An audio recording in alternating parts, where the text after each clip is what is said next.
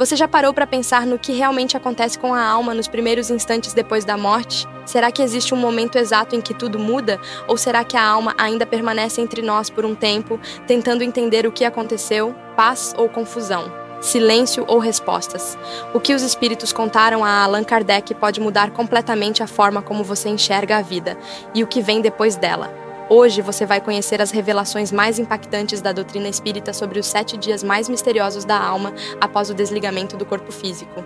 Mas eu te aviso, essa jornada é mais profunda do que você imagina. Você está preparado para descobrir a verdade que muitos preferem ignorar? O momento da desencarnação.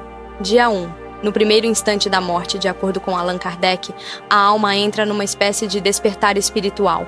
Mas não é igual para todo mundo. Se a pessoa era desapegada e evoluída, sente-se livre, como se tivesse se libertado de um peso enorme.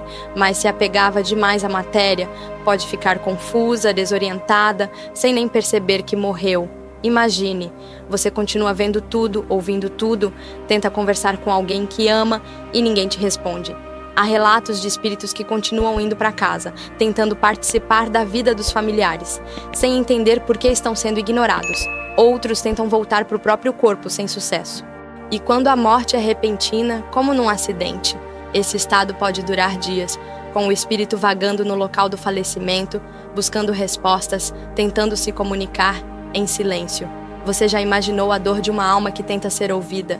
E não é? Os primeiros sentimentos após a morte. Dias 2 e 3. Nos dias seguintes, muitos espíritos ainda se sentem ligados magneticamente ao corpo. Sentem frio, solidão, medo, principalmente os que viveram uma vida materialista ou tiveram uma morte repentina. Mas, por outro lado, espíritos mais evoluídos sentem paz, uma expansão da consciência. São acolhidos por mentores espirituais. Você acredita que as emoções que cultivamos aqui definem o que vamos viver lá? Alguns sentem agonia, desejos que não podem mais satisfazer. Outros começam a ouvir melodias, sentir perfumes florais, perceber presenças suaves, sinal de acolhimento espiritual. Tudo depende do que cada um construiu interiormente. O momento do velório e do enterramento. Dia 4. A maioria dos espíritos está presente no próprio velório. Eles observam tudo, sentem. Alguns choram ao ver o sofrimento da família. Outros sofrem por se sentirem esquecidos, ignorados. Já imaginou assistir ao próprio funeral? Ver quem foi e quem não foi e muitas vezes ouvir pessoas falando: "Já foi tarde, maldito". Em alguns casos, o espírito ainda sente o fechamento do túmulo. Outros tentam impedir o sepultamento. E há relatos de interferências, luzes piscando, sonhos estranhos, sensações no ar. Por isso, orações e um ambiente de paz são tão importantes nesse momento. O processo de libertação total. Dias 5 a 7. Entre o 5º e o 7º dia, a alma começa a se desligar dos laços da matéria. É quando a lucidez espiritual chega. A alma revê sua vida, suas escolhas, suas intenções, e é levada automaticamente para o plano que vibra na mesma frequência dela. Uns são conduzidos a jardins, hospitais espirituais, templos de luz, outros para regiões sombrias, onde sentem confusão e vazio. Será que estamos vivendo de forma a despertar em paz ou em tormento? Esse é o momento da verdade. A alma entende onde está, por que está e para onde precisa ir. Os espíritos que não conseguem partir. E quando o espírito se recusa a aceitar que morreu, fica preso, sofre, se torna errante. Kardec relata muitos casos assim: espíritos vagando por hospitais, casas, locais de tragédia, tentando entender o que aconteceu. Você tem orado por alguém que já partiu? Talvez esteja ajudando mais do que imagina. A oração é um farol.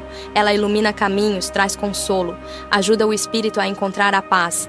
Espíritos presos a mágoas, culpas ou vícios podem até se tornar obsessores, influenciando negativamente os vivos com quem ainda tem laços de dor. Mas até eles podem ser libertos. Basta que alguém aqui emane amor, compaixão, luz.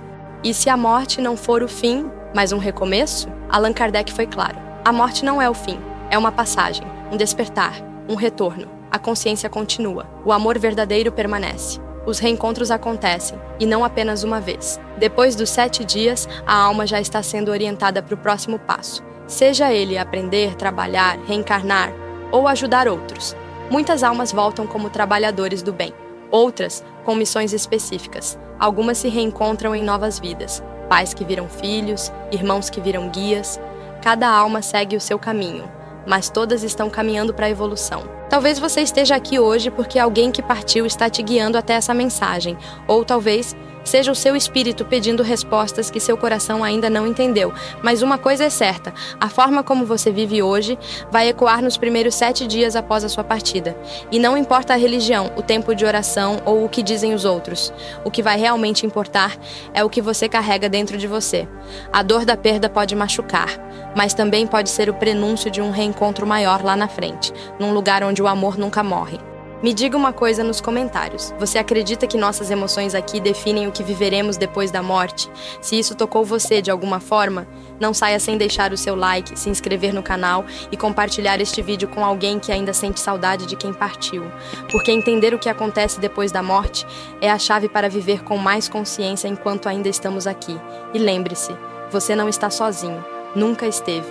Obrigada por assistir, beijos e aguardo você no próximo vídeo.